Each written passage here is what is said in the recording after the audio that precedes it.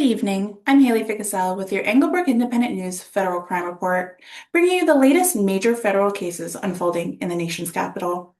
Tonight, firearms in hands of convicted felons, a repeat offender tied to drugs, weapons, and illegal re-entry, violent carjacking that turned into a multi-count federal indictment, and disturbing developments in homicide, child exploitation, and obstruction cases.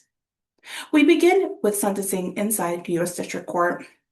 A 74-year-old convicted felon, Philip Alfonso Mays, has been sentenced to a combination of 16 months in federal prison after being caught with two loaded revolvers and violently resisting arrest. According to court records, the incident began inside a Southeast DC apartment building when a Metropolitan Police officer responded to a firearm discovered in a mailbox. Moments later, May approached, attempting to grab the weapon, and told the officer, "That's mine." What followed escalated quickly. Authorities say Mays physically fought the officer, pushing her into a wall and dragging her up 2 flights of stairs, leaving her injured before she was able to break free. A search of his residence uncovered a second loaded firearm, .357 Magnum, hidden inside his closet. May, a previously convicted felon, is legally prohibited from possessing a firearm. He now serves prison time followed by 1 year of supervised release. A major federal case involving narcotics, illegal re-entry, and undetectable firearms has resulted in a 122-month prison sentence for Damian Alexander Petty, a Jamaican national deported from the United States at least 5 times. Federal investigators tied Petty to a large-scale drug trafficking operation distributing fentanyl and other narcotics in Southeast Washington. During a coordinated FBI raid in Northwest DC residence, agents discovered what prosecutors described as a dangerous arsenal: a ghost gun with no serial number, multiple handguns, an AR-style rifle, ammunition and high-capacity magazine, and distribution quantities of fentanyl, crack cocaine, and marijuana. This marks Petty's 5th federal conviction for illegally re-entering. In addition to 10 years in prison, he will face deportation proceedings once upon release. A 23-year-old repeat offender, Raquise Charles Bishop, has been sentenced to 28 months in prison after fleeing police in a stolen vehicle while carrying a loaded handgun. Police attempted to stop Bishop after recognizing him driving a stolen Nissan.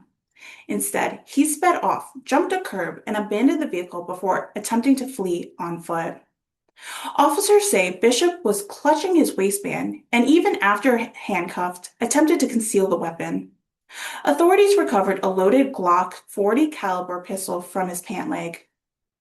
Critically, Bishop committed his offense while already on supervised release for a prior gun conviction. A sweeping 13-count federal indictment has been unsealed against an 18-year-old Darkeen Simpson, accused in a violent series of armed carjacking and shooting in Northeast Washington. Prosecutors say victims were deliberately lured. A pizza delivery driver robbed at gunpoint and carjacked, a freelance barber shop multiple times while trying to escape. Days later, police spotted one of the stolen vehicles, triggered a high-speed chase across DC. During the pursuit, suspects allegedly threw a rifle from the vehicle before crashing into a U.S. Park police cruiser. Simpson is now being held without bond. A second suspect, Javon Brown, faces additional charges tied to the stolen vehicle. Federal prosecutors have concluded there is insufficient evidence to bring charges against an officer in a February police pursuit that ended in a suicide of a 36-year-old suspect. Authorities say the individual was being pursued in a connection with a homicide investigation. After a full review, including body cam footage and forensic evidence, prosecutors determined that there was no willful violation of civil right. A Chicago man, Michael Wolf, now faces federal charges for allegedly distributing child sexual abuse materials through an encrypted message platform. Prosecutors say he shared multiple explicit videos and communicated directly about exploiting minors online. In a separate case, a registered sex offender, Drew Collins, in Prato, is accused of spending $12,000 purchasing hundreds of illegal exploitation videos after his release from prison. Two DC men, Rico Barnes and Alfernando Walker, are now charged with first-degree murder in a brutal beating and strangulation death of a 40-year-old man inside his apartment. Investigators say surveillance footage captured the suspect attacking the victim before entering his residence and later leaving with a bag of property. Meanwhile, in a separate case, a jury found Nikita Walker guilty in a deadly high-speed crash that killed three people on Rock Creek Parkway. Prosecutors say Walker was fleeing police at speeds of 100 miles per hour when she crossed into oncoming traffic and caused a fatal collision. She now faces decades in prison after sentencing. And finally, Antonio Nix has pled guilty to obstruction of a homicide investigation after repeatedly refusing to comply with court order to testify before grand jury. Sentencing is scheduled for June. From firearm offenses to violent crimes and federal prosecutions, these cases reflect the ongoing challenges facing law enforcement in the nation's capital.